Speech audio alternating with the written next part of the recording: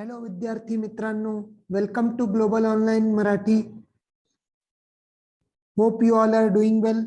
आज आपण डिस्कस करणार आहे ऑर्गनायझेशनल बिहेवियरचा पार्ट 2.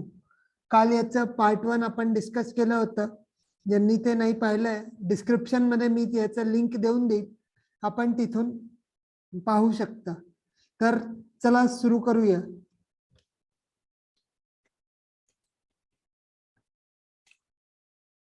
त्याच्या आधी मी तुम्हाला सांगतो की आमच्या ग्लोबल ऑनलाईन मराठीवर वेगळ्या वेगळ्या सब्जेक्ट्स आणि पेपर 1 चे कोर्सेस उपलब्ध आहेत. आपण दिलेल्या व्हॉट्सअप नंबरवर मेसेज करून किंवा कॉल करून तिथून आपल्या बॅचला जॉईन करू शकता. तर आजच्या लेक्चरला आपण सुरू करू. त्याच्या आधी मी सांगतो तुम्हाला की आज आपण काय काय करणार आहे. आज आपण करणार आहे मोटिवेशनलच्या थेओरीज, ज्या की फारच जास्ती इम्पॉर्टंट आहे आणि याच्यातनं प्रत्येक वेळेस कोणते सेट असो त्या नेट असो प्रत्येक परीक्षेत याच्यातून प्रश्न आपल्याला विचारला जातो. तर चला सुरू करूया. आज आपल्याकडे कंटेंट आहे, पण कंटेंट पोरांच्या डिमांडवर विद्यार्थ्यांच्या डिमांडवर मी कंटेंट एमसीक्यूच्या फॉर्म मध्ये आणलाय. एमसीक्यू ही करवेल आणि त्याच्यासोबत तुम्हाला थेओरीजी पाठ करवत चालेल. तर आजचा आपला पहिला क्वेश्चन आहे, according to Maslow's need hierarchy theory, which need is considered as highest order need. मॅस्लोच्या थ्योरी बद्दल आपण ऐकलंच असेल, कारण आपण त्याला बीबीए म्हणा, एमबीए म्हणा, 12वी म्हणा, तिथून आपण स्टडी करत आलो आहे. तर मॅस्लोनी जे होते की ते 5 नीड्स दिल्या होत्या. त्याच्यात आपले ऑप्शन्स आहेत. Number 1 esteem needs, self actualisation needs, physiological needs किंवा सोशल नीड्स. तर या क्वेश्चन मध्ये आपला आन्सर आहे सेल्फ ऍक्च्युअलायझेशन नीड्स. मॅस्लोच्या जर आपण 5 नीड्स पाहिल्या तर आपल्याकडे फिजिओलॉजिकल नीड आहे, सेफ्टी नीड आहे, लव्ह अँड बिलॉंगिंगनेस ज्याला आपण सोशल नीड म्हणतो, एस्टीम नीड आहे आणि सेल्फ ऍक्च्युअलायझेशन नीड आहे. तर या 5 नीड्स आहे. याच्यासोबत मॅस्लोची एक बुक होती, मोटिवेशन अँड पर्सनॅलिटी.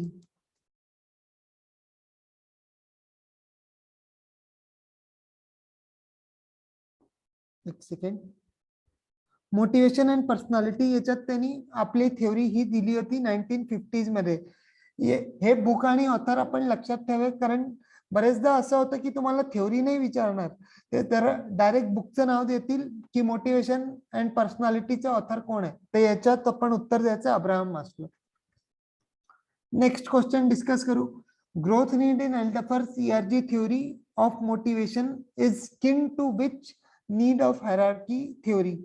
तर याच्यात आपल्याला विचारलं आहे की जो एल्डफरची थ्योरी होती जी पूर्णपणे मॅस्लोच्या हायरार्कीवर बेस्ड होती, त्याला आपण त्याची जी ग्रोथ नीड आहे ERG जे आपण म्हणतो, त्याच्यात जो जी आहे ग्रोथ नीड, तो कोणत्या याच्यावर बेस केला आहे एल्डफरनी. तर याच्यात आपल्याकडे ऑप्शन्स आहे physiological need, esteem need, security need आणि सेल्फ ऍक्च्युअलायझेशन नीड. हा क्वेश्चन 2020 मध्ये आपल्या सेट एक्झाम मध्ये आलेला आहे मॅनेजमेंटच्या. तर हा खूपच इम्पॉर्टंट आहे. तर एस्टीम नीड जो आहे याचा करेक्ट आन्सर आहे, कारण esteem high order steam plus high order self actualisation needs, हे दोन जे आहे हे मिळून ग्रोथ नीड्स बनवतात. आणि ग्रोथ नीड जी आहे ती एल्डफरच्या थेओरी प्रमाणे सगळ्यात हायेस्ट मानल्या जाते. तर याच्यात आपल्याला करेक्ट आन्सर आहे बी, ऑप्शन नंबर बी. हे याच्यात मी तुम्हाला स्ट्रक्चर इथे दाखवतो की आपल्याकडे जी फिजिओलॉजिकल आणि सेफ्टी नीड आहे, या दोघांना घेऊन कोण बनला, एक्झिस्टन्स नीड बनली. मग सोशल आणि लो स्टीम नीड जे आहे याला बनवून कोण बनला, रिलेटेडनेस नीड बनली. आणि त्याच्यानंतर जी हाय ऑर्डर स्टीम आहे आणि प्लस सेल्फ ऍक्च्युअलायझेशन आहे, याला मिळून कोण बनला, ग्रोथ नीड बनली. चला नेक्स्ट क्वेश्चन कडे जाऊ. The book human side of enterprise is written by. मी आत्ताच सांगितलं होतं की बुक बद्दल आपल्याला क्वेश्चन येतोच येतो. तर आपल्याकडे याच्यात ऑप्शन आहे Elton Mayo, Douglas McGregor, Henry Henry Mintzberg किंवा फेडरिक हर्झबर्ग. तर याचा करेक्ट आन्सर आहे डॉग्लस मॅकगेजर. डॉग्लस मॅकगेजर यांनी एक्स आणि वाय थिओरी दिलेली आहे आणि यांचीच ही बुक आहे ह्युमन साइड ऑफ एंटरप्राइज.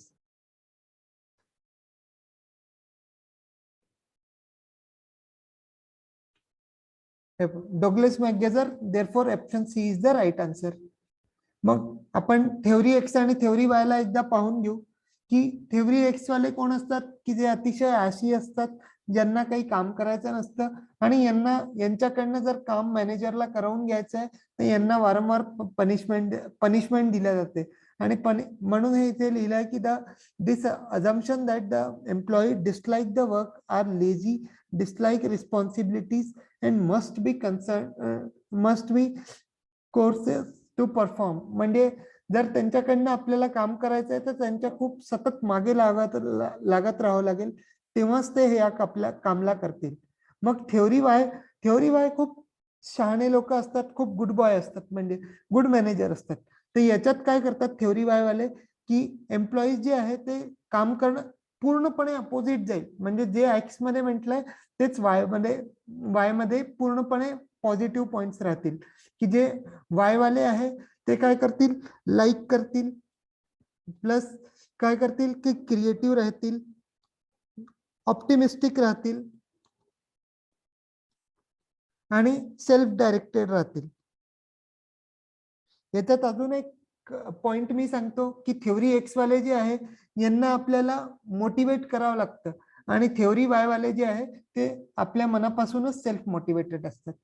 आता question number 4, which of the following is not a hygiene factor as per motivation hygiene theory? Motivation hygiene theory ही कोणी दिली होती, फेडरिक हर्झबर्गनी दिली होती. याच्याप्रमाणे तुम्हाला सांगायचं की या 4 ऑप्शन्स पैकी कोणता आपला हायजीन फॅक्टर नाहीये. आपल्याकडे ऑप्शन आहे, option number A working condition, option B relationship, option C recognition आणि ऑप्शन डी सुपरविजन. तर या क्वेश्चनचा करेक्ट आन्सर आहे ऑप्शन सी रिकॉग्निशन. आता इथे आपण या थेओरीला पाहू की ऑप्शन हर्झबर्गची 2 फॅक्टर थेओरी आहे, यालाच आपण ड्युअल फॅक्टर थेओरी म्हणतो आणि यालाच आपण मोटिवेशन हायजीन थेओरी म्हणतो. याच्याकडे आपले दोन फॅक्टर्स आहे, एक जॉब सॅटिस्फॅक्शन आहे आणि जॉब डिससॅटिस्फॅक्शन आहे. जॉब सॅटिस्फॅक्शन कशाने इन्फ्लुएन्स होईल, मोटिवेशन फॅक्टर्सनी, आणि जॉब डिससॅटिस्फॅक्शन कशाने इन्फ्लुएन्स होईल, हायजीन फॅक्टरनी. फॉर एक्झाम्पल तुम्हाला एका ठिकाणी काम करायला म्हटलं आणि तिथे काही पंखा नाही, काही नाही, वर्किंग कंडिशन चांगल्या नाहीये, तर तुमचं कामात मन लागेल का, नाही लागेल. तिथे भांडणं होऊन राहिले, रिलेशन चांगले पाहिजे ना, काम करायचं तर रिलेशन चांगले पाहिजे आपले. मग पॉलिसीज आणि रूल्स खूप सक्त जर रूल असले तर लोकांची इच्छा नाही होणार की कशाला काम करू मी इथे, तर मला श्वास घ्यायला सुद्धा परमिशन घ्यावी लागते, तर अशा रूल्स मध्ये मला काम नाही करायचं. तर म्हणून जॉब डिससॅटिस्फॅक्शन होईल. आणि सुपरविजर क्वालिटी, जर तुमचं सुपरविजन चांगल्यापणे केलं नाही, ट्रेनिंग नाही दिल्या गेली, तर तुम्हाला डिससॅटिस्फॅक्शन राहील की बाबा रे मी आपली इतकी मेहनत करून इथे जॉब घेतली आणि मला तर इथे काही ट्रीटमेंटच नाही भेटत आहे. मग नंबर 5 आहे बेस वेज आणि सॅलरी. सॅलरी ही आजच्या डेटमध्ये अतिशय महत्वाची गोष्ट आहे, कारण आपल्या खिशावरच आपलं आयुष्य चालत आहे असं लोकांचं मत आहे. तर सॅलरी जी आहे ही चांगले कामाप्रमाणे लोकांना पाहिजे असते.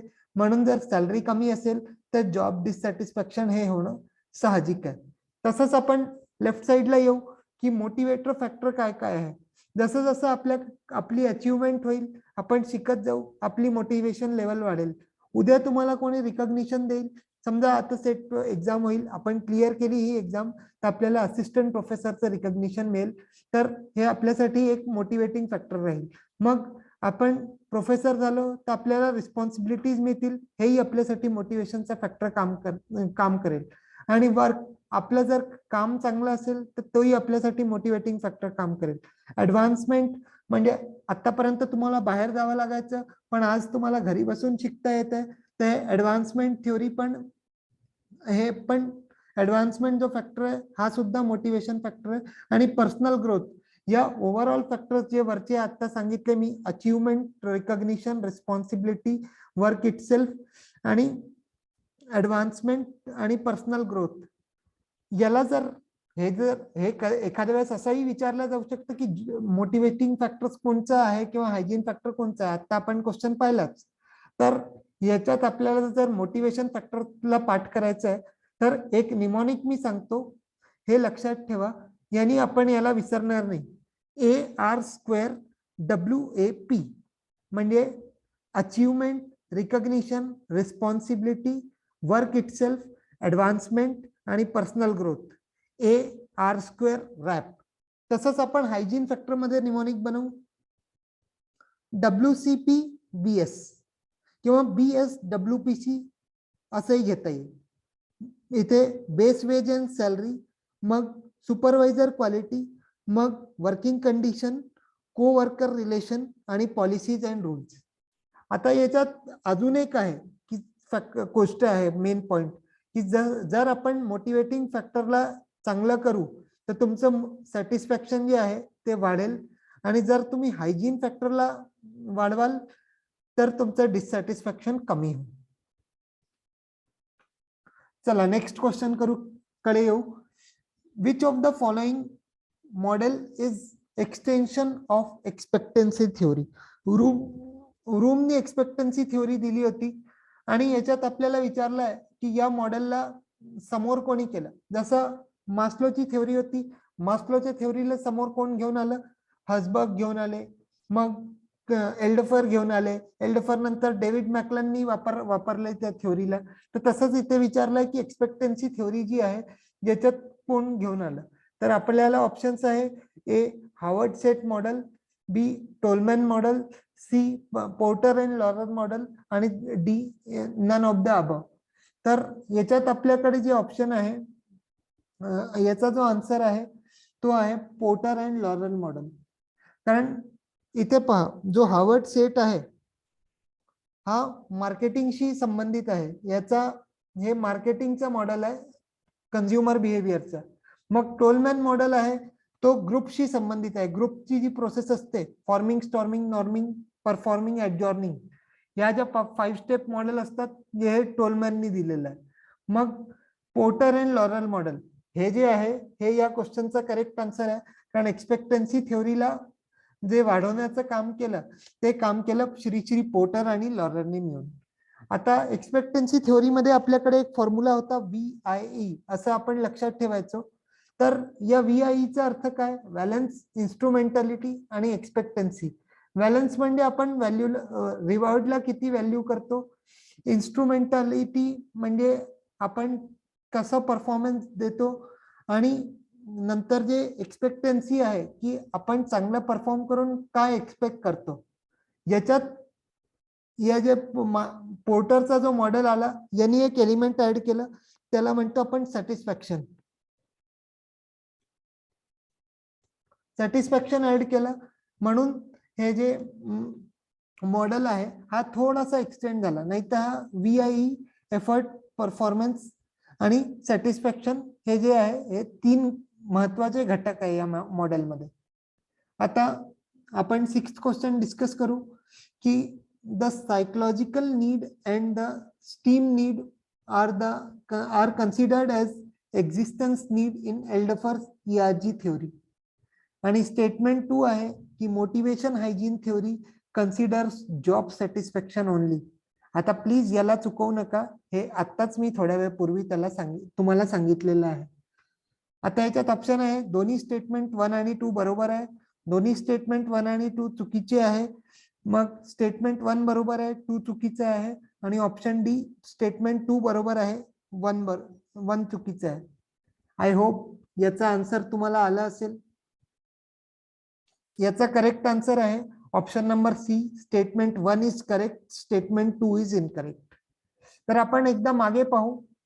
तुम्हाला मी सांगितलं जसं इथे की हर्झबर्गची जी थ्योरी आहे याच्यात दोन्ही आहे, जॉब सॅटिस्फॅक्शन आहे आणि जॉब डिससॅटिस्फॅक्शन आहे. तर इथे आपल्याला जो क्वेश्चन आहे इथे यांनी ओनली जो शब्द आहे यांनी आपल्याला हिंट दिली आहे की बाबा रे इथे थोडस सावध राहा, इथे फक्त जॉब सॅटिस्फॅक्शन ओनली आहे. आणि जो ऑप्शन 1 आहे, the physiological need and the esteem need considered as existence need in the Alderfer's ERG theory, statement 1, याचाही आपल्याला प्रूफ मिळेल. हे पहा, फिजियोलॉजिकल आणि स्टीम पाहिजे होतं, सॉरी ते सेफ्टी पाहिजे होतं, मी टायपिंग मिस्टेक झाली, एक्झिस्टन्स नीड.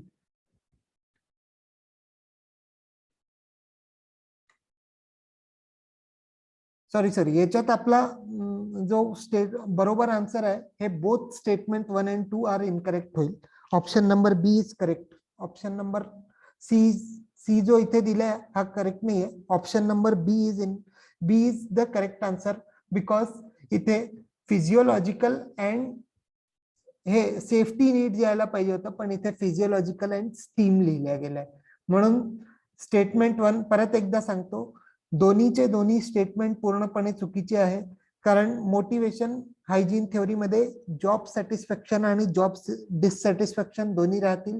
आणि ऑप्शन नंबर सॉरी स्टेटमेंट 1 जो आहे त्याच्यात फिजियोलॉजिकल नीड राहतील आणि सेफ्टी नीड राहतील, ज्यांनीच आपल्याला एक्झिस्टन्स नीड भेटेल. जर फिजियोलॉजिकल आणि स्टीम वगैरे असं काही दिसलं तर पूर्णपणे तो क्वेश्चन चुकीचा, ती स्टेटमेंट चुकीचा आहे. आता आपण 7th क्वेश्चन वर आलोय. As per Maslow's need hierarchy theory, which of the following needs has highest space in the pyramid. तर याच्यात आपल्याला ऑप्शन आहे physiological needs, social needs, esteem needs आणि सेल्फ ऍक्च्युअलायझेशन नीड. मॅस्लोचा आपण पिरामिड पाहिला आणि याच्यात 5 एलिमेंट होते. 5 एलिमेंट होते. याच्यात आपल्याला विचारलंय की सगळ्यात जास्ती स्पेस कोण कव्हर करतं. तर याचा आपल्याकडे आन्सर आहे फिजियोलॉजिकल नीड.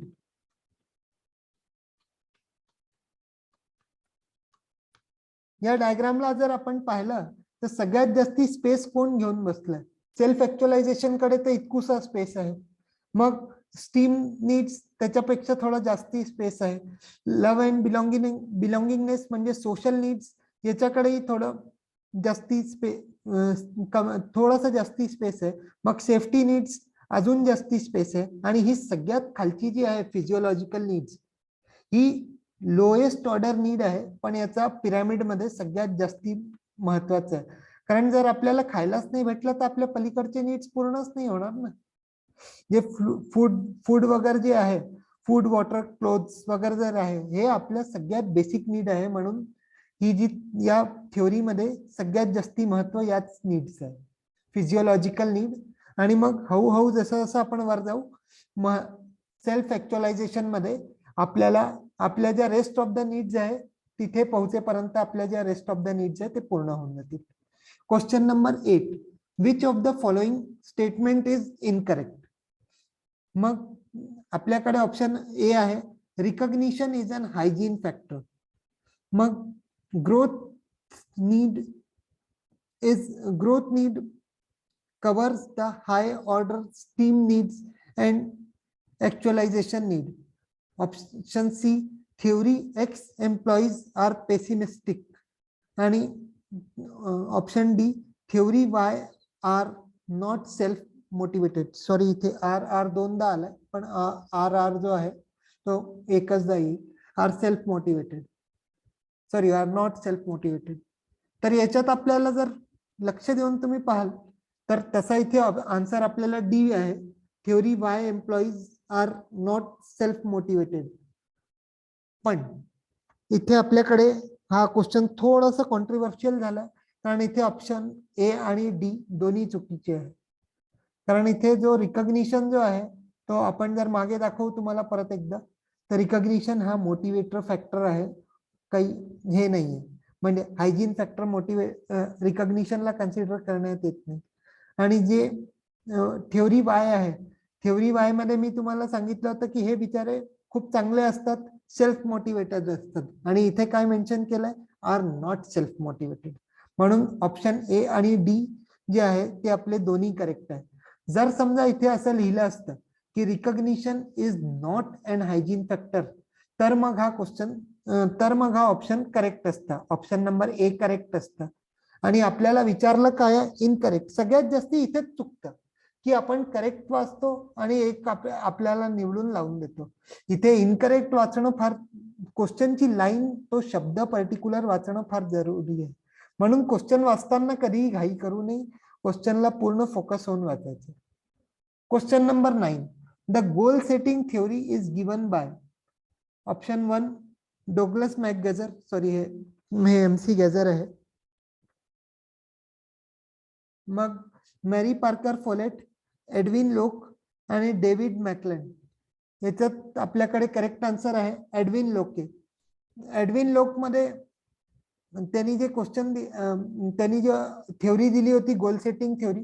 गोल सेटिंग थ्योरी मध्ये काय होतं की आपले गोल्स जे आहे ते स्मार्ट असले पाहिजे. स्मार्ट गोल्स सेट करावं आपण आणि ते गोल्स जितके चॅलेंजिंग असतात तेवढा आपला मोटिवेशन लेवल हाय असतो त्यांना अचीव्ह करण्यासाठी. आता समजा याच्यात मी तुम्हाला उदाहरण देतो की जसं तुमचं MBAचं एक्झाम होतं तेव्हा तुम्ही अभ्यास करायचे का पूर्णपणे? नाही ना. तेव्हा तर काय भाई पास व्हायचं आहे. पण आता तुम्ही चॅलेंज म्हणून काय आहे की सेटची एक्झाम देत आहे किंवा नेटची एक्झाम देत. तर याच्यात आपल्याकडे चॅलेंजिंग हे आहे की जी आपला गोल चॅलेंजिंग आहे म्हणून आपल्याला उत्साहही असतो की बाबा रे आपल्याला जर मेहनत नाही केली तर आपण त्या कट ऑफ पर्यंत जाऊ नाही शकणार. भले आपण 40% आणून घेऊ पास करून, पण आपला एक्झाम जर आपल्या कट ऑफच्या खाली असले आपले मार्क तर आपण क्वालिफाय नाही करू शकणार. म्हणून गोल जितका चॅलेंजिंग असेल तेवढा मोटिवेशन हाय असेल एडविन लोकच्या थ्योरी प्रमाणे. मग क्वेश्चन नंबर 10 आहे. The theory Z is based on American psychology, Japanese management style, Chinese management style आणि ब्रिटिशर स्टाईल. याचा आपल्याकडे करेक्ट आन्सर आहे option B Japanese management style. Japanese management theory Z कोणी दिली होती? विलियम ओची.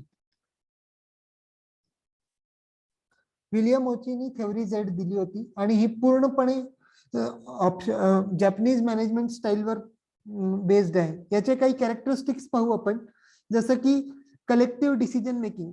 इन शॉर्ट तुम्हाला सांगतो की याच्यात थ्योरी झेड मध्ये काय होतं की वर्कर्सला आपण चांगलं ट्रीट करावं. जे मॅनेजर्स आहे ते वर्कर एम्प्लॉईजच्या लॉंग टर्म ग्रोथ मध्ये चांगला सपोर्ट करतील, त्यांना लॉंग टर्म एम्प्लॉयमेंट देतील, ट्रेनिंग व्यवस्थित देतील आणि जे प्रमोशन राहील ते स्लो राहील.